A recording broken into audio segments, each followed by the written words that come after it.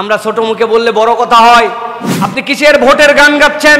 এই পুলিশের ভিতরেই ভূত ঢুকে বসে আছে। অনেক পুলিশ মনে মনে চায় দেশ অস্থির হোক, হলে তারা খুশি হয়। সৎ পরিবারের সন্তান, এদেরকে নিয়োগ দিয়ে দেখেন 3 মাসের মধ্যে দেশ ঠান্ডা হয়ে যাবে, ঠিক না? বাংলাদেশে আমরা দেখতে পাচ্ছি চাঁদাবাজির মাত্রা এবং সেটা নিয়ে মানুষ খুনের যে অবস্থা, এটা আমাদেরকে স্তম্ভিত করে দিয়েছে, এটা আমাদেরকে বিস্মিত করে দিয়েছে, আমাদেরকে অবাক করেছে। বিগত বছরখানিক ধরে পুলিশ, র্যাব, বিভিন্ন বাহিনী গুম এইগুলো আমাদের চোখে আসে নাই, কিন্তু নীরব চাঁদাবাজি, নীরব ঘুষ খাওয়া, নীরব দুর্নীতি, এটা যেন আস্তে আস্তে করে আবার মাথাচাড়া দিয়ে উঠতেছে। যেইগুলা ভিডিও আপনাদের সামনে এসেছে, কোনো সুস্থ বিবেকের মানুষ এটাকে সহ্য করতে পারে না, এটা নেওয়ার মতো কোনো যোগ্যতা রাখে না। কোনো কিছু ঘটনার পরে আমরা তখন আগায় যাই, ভিডিও আসলে তারপরে আমরা তখন বক্তৃতা দেই, কিন্তু এর আগে আইন শৃঙ্খলার এই বিষয়টুকুকে সতর্কতার সাথে আপনাদেরকে স্মরণ করা উচিত ছিল। আমরা ছোট মুখে বললে বড় কথা হয়।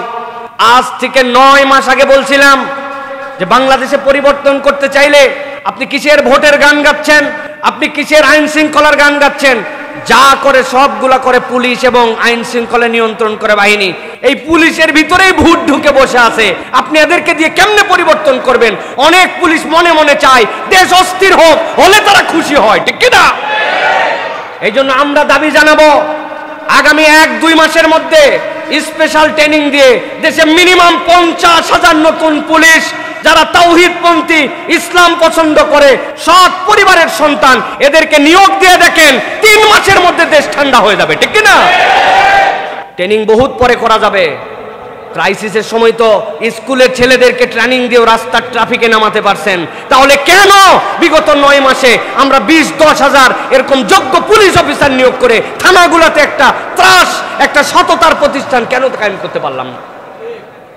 যেই পুলিশ 15-20 লক্ষ টাকা ঘুষ দিয়ে ঢুকছে, যেইগুলার পরিচয় ছিল ভিন্ন রকম, সেই পরিচয় দেশে আপনি তাদেরকে দিয়ে মানুষ বানানোর চেষ্টা করতেছেন। কুত্তাল্লে সোজা হয়ে যাবে, কিন্তু এই দেশের পুলিশ সোজা হবে না।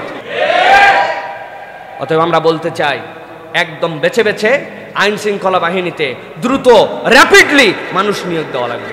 তাছাড়া সম্ভাবনার কথা বলে রাখলাম, নির্বাচনের গান গাচ্ছেন, আগের নির্বাচনে ভিন্ন রকম ভাবে বাক্স টাক্স চলে গেছে, নতুন নির্বাচনেও এরকম করে বাক্স চলে যাবে।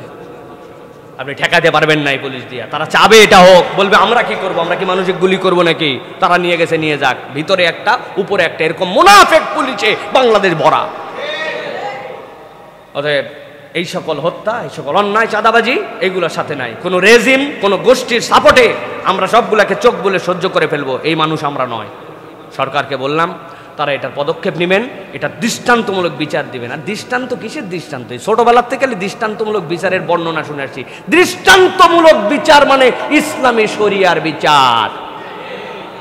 আপনি ইসলামী শরিয়া কোড দিয়ে ফাইসালা করে দেখেন কি খেলা হয়, পাবলিক ভয়ে জমে যাবে একবারে।